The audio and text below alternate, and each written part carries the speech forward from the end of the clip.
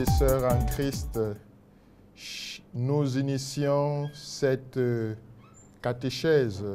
Nous sommes en plein pied dans la préparation de l'attente du don de l'Esprit Saint, la réalisation de la promesse.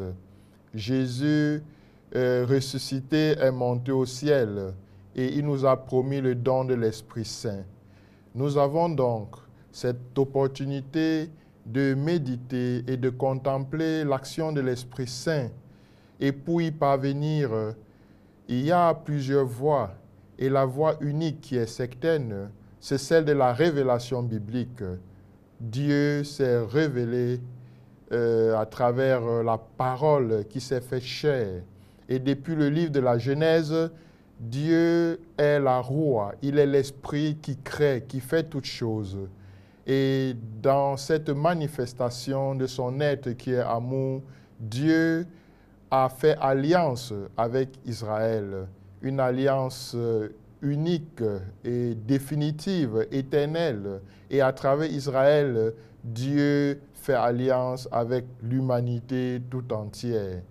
Et cette alliance qui est le fruit de l'Esprit manifesté dans l'histoire, Dieu consolide cela à travers la loi spirituelle initiée avec le prophète Ézéchiel.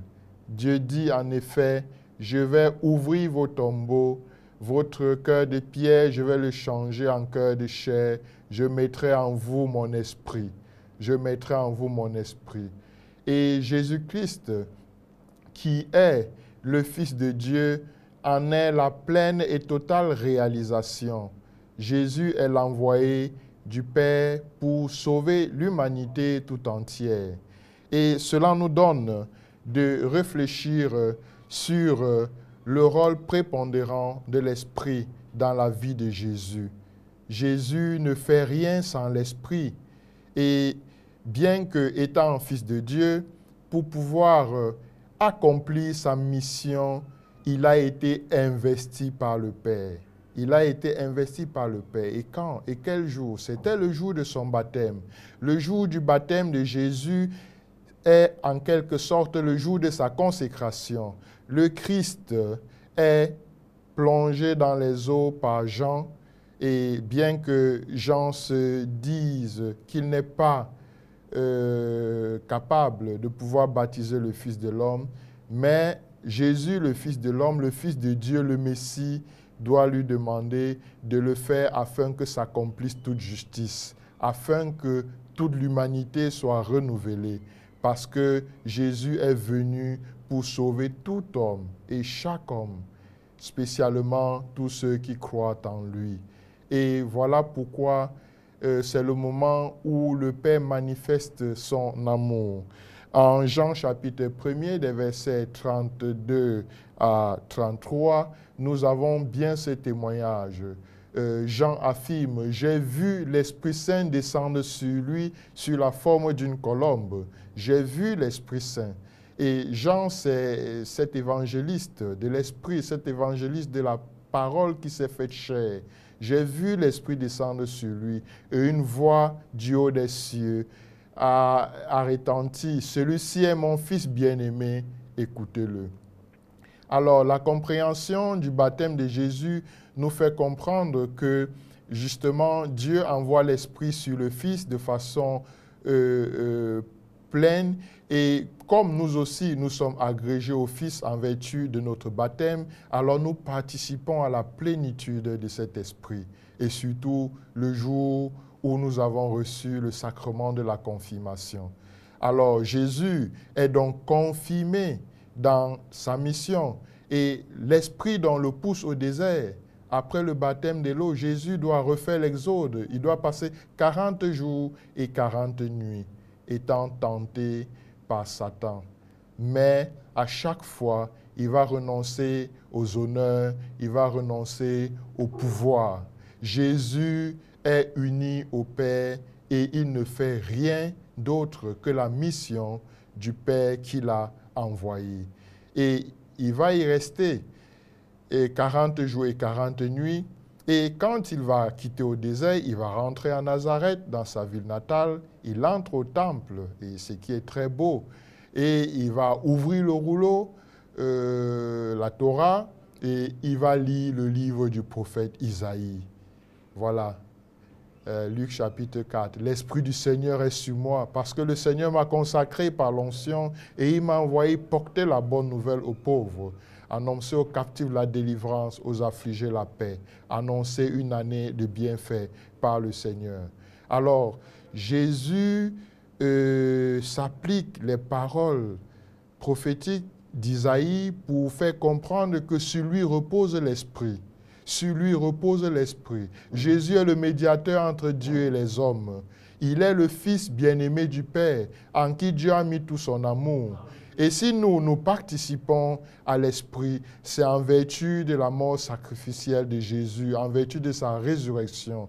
Le mystère pascal, la mort, la résurrection de Jésus est notre justification et de ce fait, nous rétablit dans notre dignité que nous avions perdue, la dignité que nous avions, celle d'enfants de Dieu. Et nous devenons donc, par le mystère pascal, co-héritiers avec le Christ, héritier de Dieu, co-héritier avec le Christ. Alors Jésus, donc, a la plénitude de l'Esprit, mais avant Pâques, Jésus seul a l'Esprit.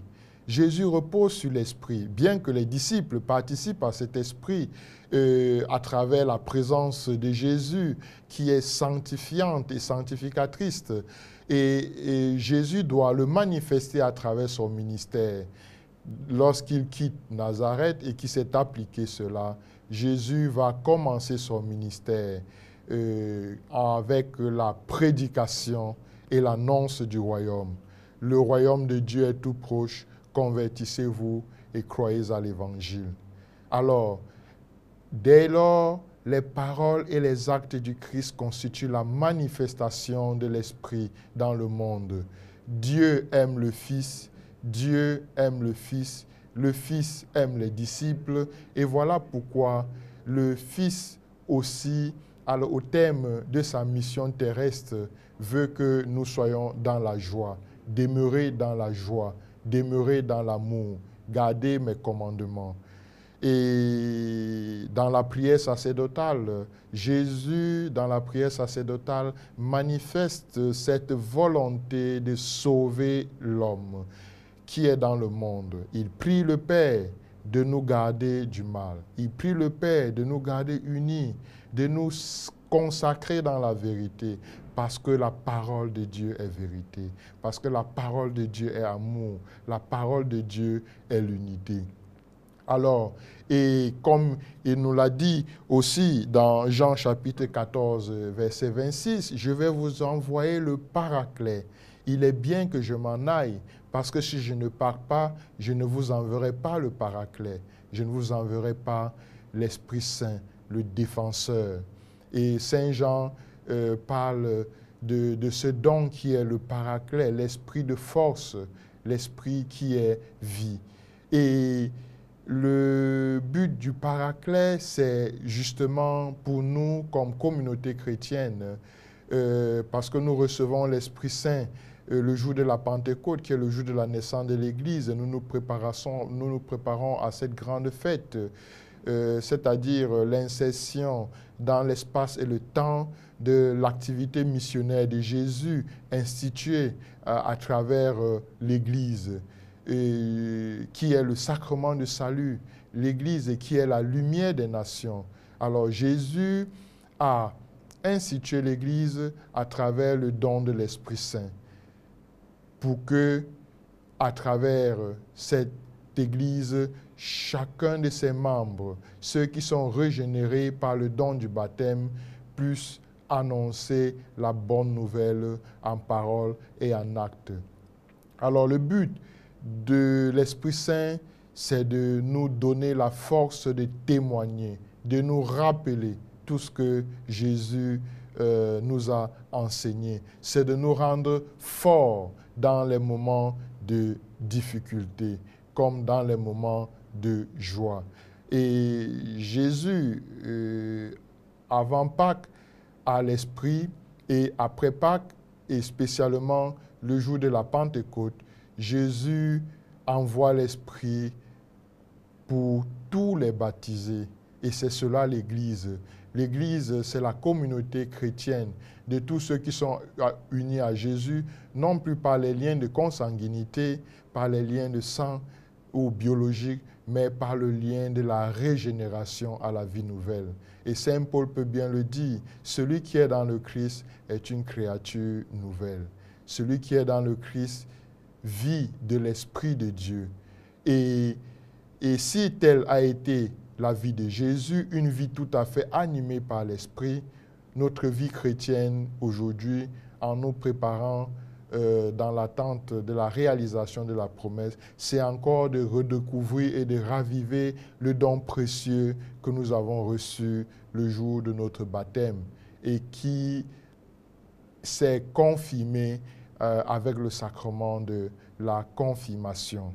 Alors, Jésus envoie l'Esprit comme le consolateur, afin que l'Esprit puisse imprimer dans notre chair la vie de Jésus. Le rôle de l'Esprit, c'est de sanctifier. Le rôle de l'Esprit, c'est de faire vivre. Le rôle de l'Esprit, c'est de renouveler. Le rôle de l'Esprit, c'est de nous enseigner, c'est de nous fortifier. Alors, la vie chrétienne, la vie dans le Christ, c'est donc cette vie de la docilitas, la docilité à l'Esprit. La vie du Christ a été la vie dans l'Esprit et la vie de prière. Et l'Esprit Saint est l'amour. L'Esprit Saint est l'amour. L'amour entre le Père et le Fils. Et pour nous, aujourd'hui, qui nous préparons à l'attente, nous nous disposons davantage à recevoir l'Esprit Saint. Pour ceux qui l'ont déjà reçu, l'Esprit Saint va encore raviver les dons spirituels, les charismes pour le service de la bonne nouvelle, pour le service de l'évangélisation. Alors, le but de l'Esprit, c'est justement de poursuivre l'œuvre du Christ dans le monde et d'achever toute sanctification. La vie de l'Église, c'est donc la vie dans l'Esprit. L'Esprit Saint constitue donc l'âme vitale de l'Église, l'âme vitale de la vie chrétienne, de telle sorte que sans l'Esprit Saint, notre activité devient uniquement une activité philanthropique, une activité sociale. Alors, l'activité, le témoignage des vies du chrétien est une activité qui est essentiellement surnaturelle. Elle est pastorale, en ce sens qu'elle est la continuation du ministère de Jésus, le sémeur qui est sorti pour s'aimer et qui sème pour que la graine puisse porter du fruit. Et l'Église, à travers le temps, l'espace et le temps, a réfléchi et a scruté les dons de l'Esprit Saint. Et saint Thomas d'Aquin lui-même, comme un théologien, a essayé d'en définir, d'en scruter les mystiques, les saints, les 7 dons de l'Esprit Saint. Le don de sagesse, le don de l'intelligence, le don du conseil, le don de force, le don de la connaissance ou de la science, le don de la piété et de la crainte de Dieu. Voilà 7 dons. 7 dons que nous apporte l'Esprit Saint et que cela va être renouvelé le jour de la Pentecôte. Alors, la manifestation de l'Esprit Saint constitue les interventions salvifiques de Dieu. Dieu continue dans la joie de nous sauver afin que nous ouvrons notre cœur à un futur meilleur, à l'espérance qui est vie, l'espérance qui est Jésus-Christ, que nous nous tournions vers la joie chrétienne. Et cette joie nous ramène au don de l'Esprit Saint. Alors, pour l'instant, prions, chantons et regardons maintenant les quelques dons que le Seigneur lui-même nous a donnés. Ô Seigneur, envoie ton esprit qui renouvelle la face de la terre. Oui, nous demandons au Seigneur qu'il envoie son esprit pour renouveler la face de la terre. Viens, Esprit Saint, veni Creator Spiritus, viens sonder nos cœurs, viens sonder nos vies, viens renouveler la face de la terre, viens changer le cœur de chacun d'entre nous, viens nous raviver dans notre élan, viens nous relever dans nos difficultés, viens nous unir, viens unir nos familles, viens unir nos cœurs, viens unir nos communautés, parce que le rôle de l'Esprit, ton rôle est justement de demeurer parmi nous, de nous sanctifier. Alors, examinons ces quelques 7 dons de l'Esprit Saint. Après ce parcours, nous avons contemplé toute l'histoire du salut comme manifestation de l'Esprit Saint, comme présence de Dieu, que ce soit à travers la création, dans la vie d'Israël et avec la pleine réalisation dans la consécration de Jésus. Jésus est consacré le jour de son baptême par l'Esprit et envoyé, et toute sa vie, toute sa mission est sous l'action de l'Esprit Saint. Le Christ est docile à l'Esprit Saint. Cela nous amène à comprendre donc la raison pour laquelle Dieu envoie l'Esprit Saint le jour de la Pentecôte. D'abord pour instituer l'Église et pour réaliser la promesse, afin que les disciples, afin que nous soyons forts, nous soyons des témoins de la bonne nouvelle. Parce que comme dit le Seigneur, sans moi vous ne pouvez rien faire. Et la réalisation du don de l'Esprit nous rappelle que tout vient de Dieu. L'amour est descendant. Dieu aime le Fils nous aime et le Fils nous envoie. Alors pour nous aussi, nous devons demeurer unis à cet amour. Et le moyen d'être unis, c'est de nous ouvrir à l'Esprit Saint. D'abord, la sagesse qui est le don de Dieu. Il ne s'agit pas d'une sagesse intellectuelle, mais il s'agit d'une sagesse qui est avant tout ouverture au bien, ouverture aux valeurs morales et spirituelles. La sagesse que Dieu nous donne, le don de la sagesse à travers l'Esprit que Dieu nous donne, c'est de pouvoir comprendre les situations, examiner, chercher, accueillir la volonté de Dieu, discerner. Et n'oublions pas que le roi Salomon, parmi les dons qu'il a demandé au Seigneur, il a demandé au Seigneur un seul don. Seigneur, donne-moi la sagesse. Donne-moi la sagesse qui est assise auprès de toi. Que cette sagesse m'instruise, que cette sagesse me guide. Alors nous devons nous laisser instruire par la sagesse de Dieu qui est dans nos cœurs et que nous avons reçu le jour de la Pentecôte par l'Esprit Saint. La sagesse, être sage, ce n'est pas être sage à la manière du monde. Ce n'est pas connaître tant de choses, mais la sagesse consiste à entrer dans le secret de Dieu, à pouvoir se laisser instruire par Dieu, à pouvoir connaître la volonté de Dieu, comprendre, accueillir toutes les suggestions que Dieu nous donne dans chaque situation. Voilà le don de la sagesse. Salomon a demandé la sagesse pour guider son peuple. Il n'a pas demandé les richesses, il n'a pas demandé les biens matériels. L'autre don, c'est le don de l'intelligence. Comme cela vient du latin, intus legere. L'intelligence, c'est de lire lire de l'intérieur, lire profondément. Et l'intelligence, quelquefois, peut nous porter hors de Dieu. Mais la vraie intelligence, c'est celle qui va avec l'amour et l'humilité. Et cette intelligence nous donne de connaître et de connaître Dieu. Et c'est cela. Et les saints ont eu cette intelligence suprême que nous avons dans la lettre aux Éphésiens. Connaître l'amour du Christ qui surpasse toute connaissance. alors nous pouvons donc entrer dans cet amour qui est immense, dont on ne peut imaginer ni la hauteur, ni la largeur, ni la longueur, ni la profondeur. Et c'est ça. L'intelligence nous donne de percevoir la vérité. Alors, il ne s'agit pas d'une intelligence livreste, mais c'est une intelligence auréolée de la foi, du contact avec Dieu. Et il y a aussi le don du conseil. Le don du conseil. Le conseil nous aide davantage à pouvoir, n'est-ce pas, accueillir également la volonté de Dieu. Le don du conseil, le don du discernement, savoir discerner.